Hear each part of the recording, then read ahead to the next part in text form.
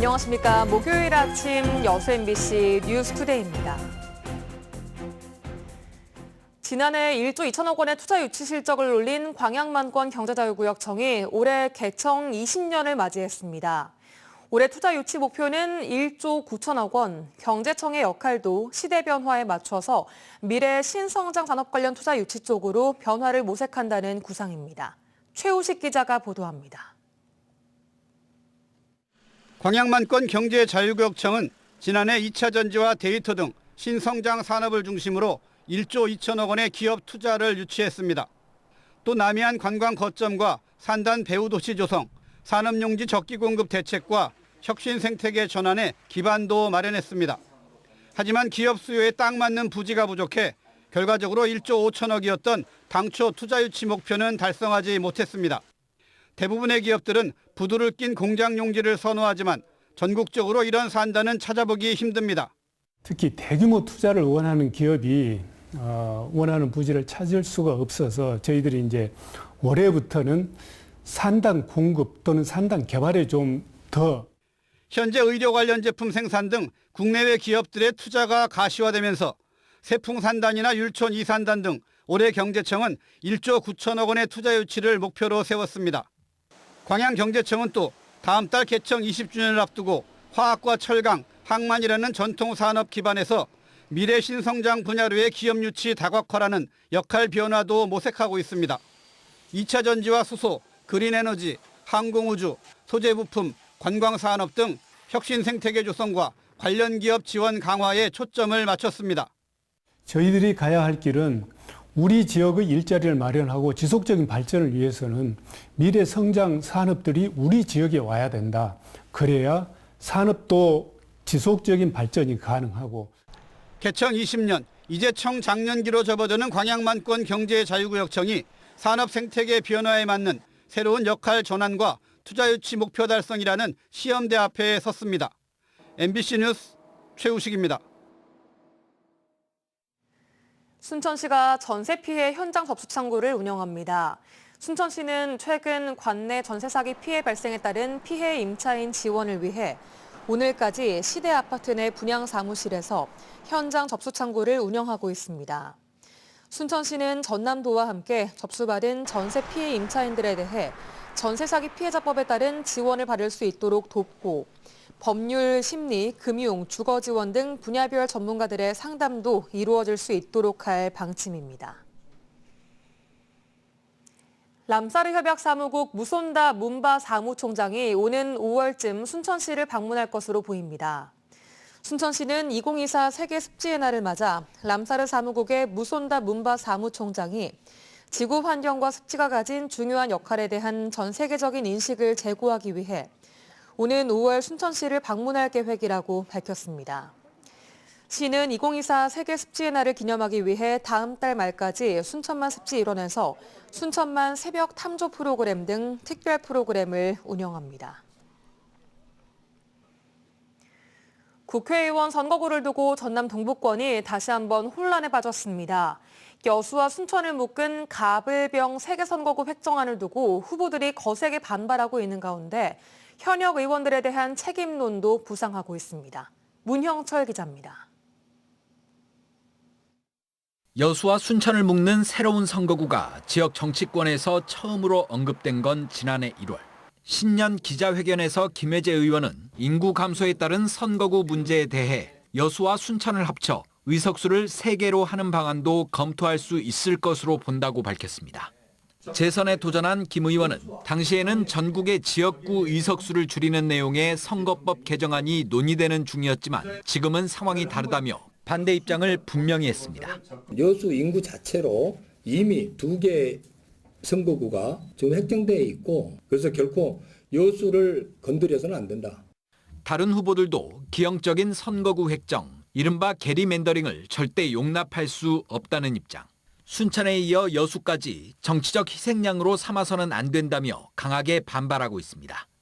지역구 경계가 변경될 경우 인지도에 따라 선거 판도가 바뀔 수 있고 선거 전략은 물론 주요 공약까지 대대적으로 손봐야 합니다.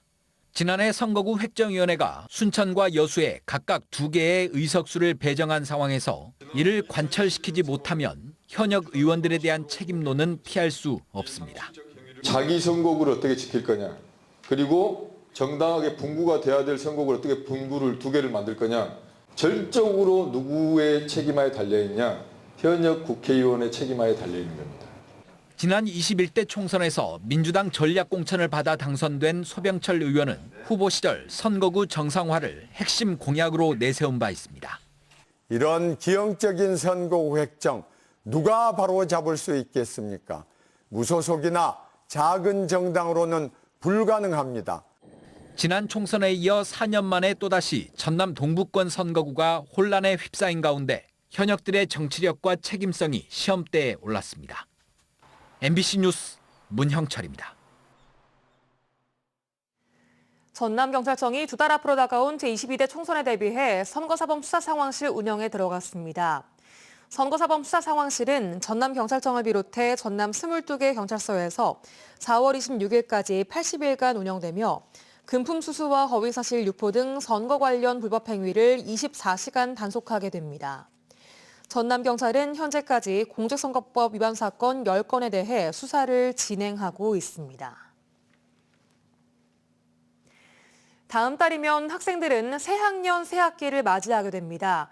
이것저것 준비할 게 많은데요. 특히 교복이 비싸다 보니 학부모들의 부담이 큰데 선배 학생들이 기증한 깨끗한 교복을 저렴하게 살 수 있는 교복 나눔 장터가 열려 반응이 좋습니다. 김초롱 기자가 다녀왔습니다. 약 300제곱미터 공간에 교복 등 학생복 4천여 벌이 가지런히 진열돼 있습니다. 중고 옷이지만 대부분 깨끗하고 상태가 좋습니다. 자녀에게 잘 맞는 옷을 고르려는 학부모들의 손길이 분주합니다. 지금 교복 세트랑 생활복, 체육복 지금 다 보고 있어요. 보니까 종류도 다양하고 정리도 이렇게 딱딱 보기 쉽게 이렇게 되어 있어가지고. 학생들이 교복보다 편한 생활복 등을 입고 다니는 경우가 있다 보니 수십만 원을 주고 새 교복을 살 필요가 적은 겁니다. 나눔장터에는 광주 북구 중학교와 고등학교 30여 곳의 교복이 준비되어 있습니다. 자켓은 5,000원, 그 외 품목은 3,000원 이하로 커피 한 잔 값으로 옷을 살 수 있습니다. 학교가 주관하는 교복 공동구매 시 동복과 하복 모두 6벌에 20만 원 내외로 낙찰되는데 그에 비하면 10분의 1 수준입니다. 이렇다 보니 올해 개장 첫날 오전에만 140벌 가까이 팔렸습니다. 35,000원이요. 11벌 해가지고 35,000원이에요. 나눔장터에 보내진 교복 등은 학생들이 학교에 기증한 것으로 학교가 교육청 예산으로 깨끗하게 세탁해 보내는 겁니다. 판매 수익은 어려운 이웃을 위해 쓰입니다. 북구 장학기금으로 기탁해서 어려운 취약계층 학생들에게 연말에 장학생을 선발해서 이렇게 드리는 사업에 좀 보탬이 되도록. 지난 2015년 시작해 10년째 운영되고 있는 교복 나눔장터. 버려지는 교복 등 낭비를 줄이고 알뜰하게 소비하며 이웃을 도울 수 있어 일석삼조라는 평가를 받고 있습니다. MBC 뉴스 김초롱입니다. 광양시가 다음 달 8일 제23회 매화축제 개막을 앞두고 음식 판매 부스 운영 참여자를 오는 16일까지 모집합니다.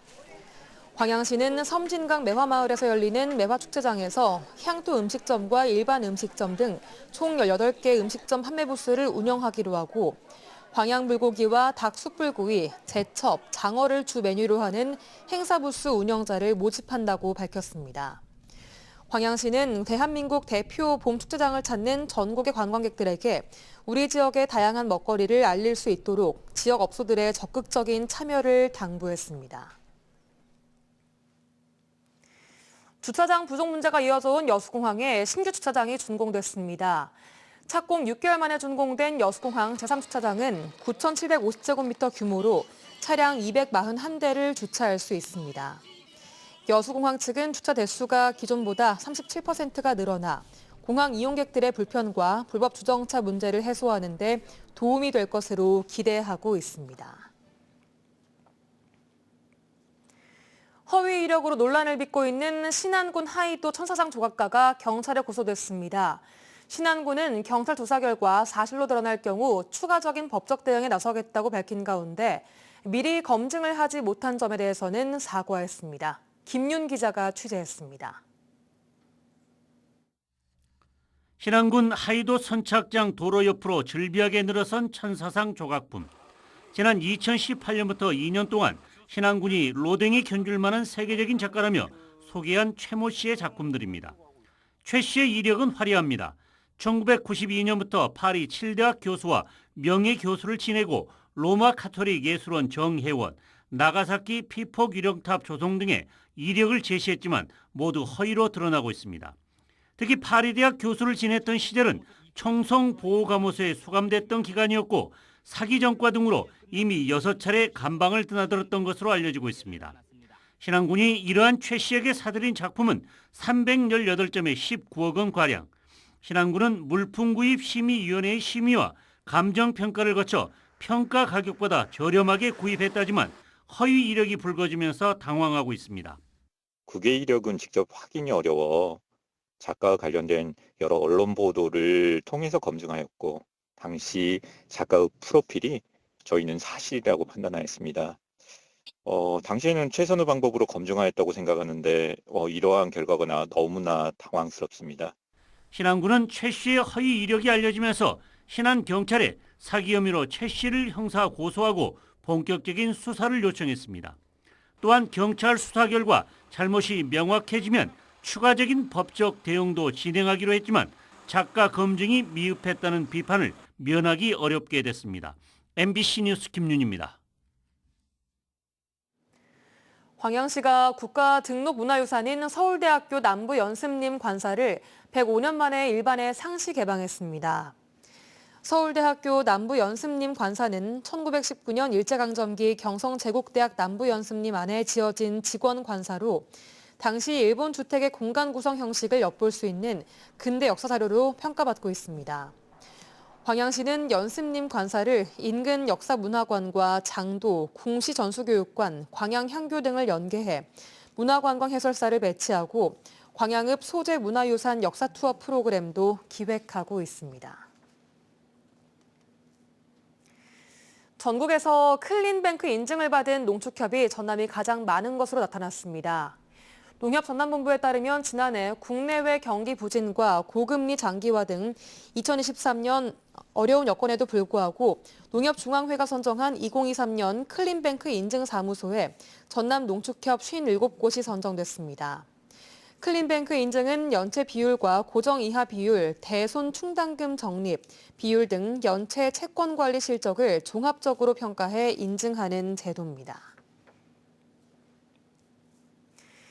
여수시의회와 광양시의회가 이순신대교의 국도 승격을 촉구했습니다. 두 지역 시의원들은 어제 기자회견을 열고 이순신대교 준공으로 국가산단의 경쟁력이 높아지고 산단에서 발생하는 세금의 대부분을 중앙정부가 가져가고 있지만 유지관리 업무는 재정사정이 열악한 지방자치단체가 10년 넘게 떠안고 있다고 비판했습니다. 시의원들은 이순신대교 개통 이후 443억 원의 유지관리비가 지출됐고 올해부터는 연간 80억 원의 이상 소요될 것으로 보인다며 이순신대교를 국도로 승격해 정부가 유지관리 업무를 맡아야 한다고 주장했습니다.